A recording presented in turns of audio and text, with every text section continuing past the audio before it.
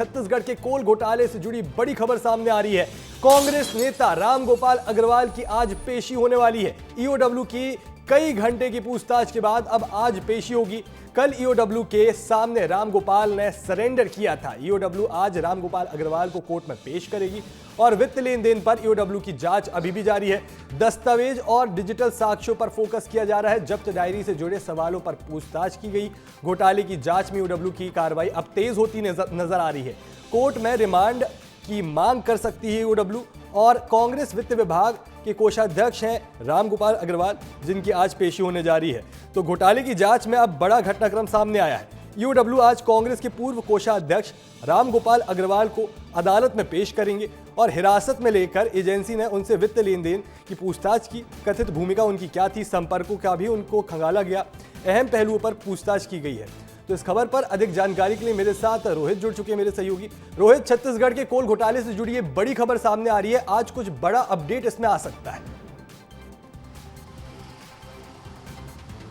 बिल्कुल, देखिए, कोल घोटाले को लेकर लगातार जो पूछताछ है पिछले दौरान तमाम आरोपियों से की गई थी और इसी दौरान जो सूर्यकांत तिवारी की डायरी थी, उस डायरी पे ये एंट्री पाई गई थी कि कांग्रेस भवन में, क्योंकि कांग्रेस के कोषाध्यक्ष हैं रामगोपाल अग्रवाल, तो उनके पास में जो कोल लेवी घोटाले का पैसा है वो पैसा पहुंचता था और इसी को लेकर ये पूरी पूछताछ के लिए लंबे समय से, लगभग 2.5 साल से ईओडब्ल्यू जो है वो रामगोपाल अग्रवाल की तलाश कर रही थी, लेकिन रामगोपाल अग्रवाल की पतासाजी नहीं हो पा रही थी। जिसके बाद में कल उनको ईओडब्ल्यू ने हिरासत में लिया और हिरासत में लेकर पूछताछ कर रही है।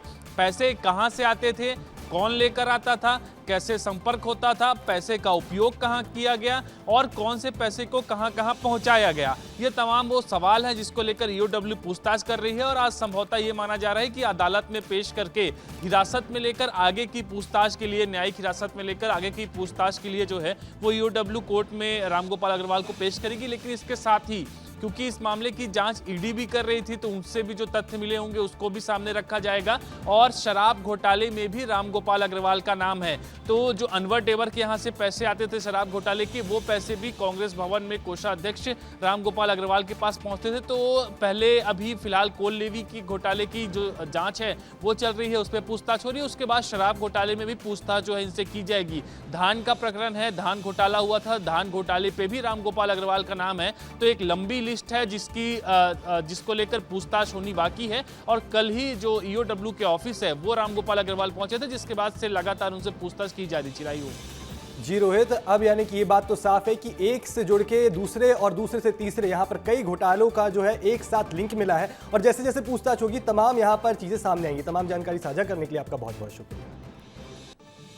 चलिए आगे बढ़ते हैं, जहां छत्तीसगढ़ में कोल घोटाले पर एक और बड़ी खबर सामने आ रही है, जहां ईओडब्ल्यू ने वैभव अग्रवाल को छोड़ा है। 2 दिनों से वैभव से पूछताछ की जा रही थी। रामगोपाल अग्रवाल के बेटे हैं वैभव अग्रवाल। कोल लेवी घोटाले में पूछताछ की जा रही थी। तो रायपुर से ये बड़ी खबर सामने आ रही है। कोल लेवी घोटाले के मामले में 2 दिनों से वैभव अग्रवाल से पूछताछ की गई और अब इस पूछताछ में क्या कुछ खुलासे हुए हैं ये आज सामने आएगा, क्योंकि आज वैभव अग्रवाल के पिता यानी रामगोपाल अग्रवाल की कोर्ट में पेशी है, जिसके बाद इन सभी बातों को सामने रखा जाएगा। तो 2 दिनों से जो वैभव अग्रवाल से पूछताछ की जा रही थी उसके बाद कुछ तथ्य सामने आए। हालांकि वैभव अग्रवाल को छोड़ दिया गया है, लेकिन इस मामले में लगातार जांच जारी है।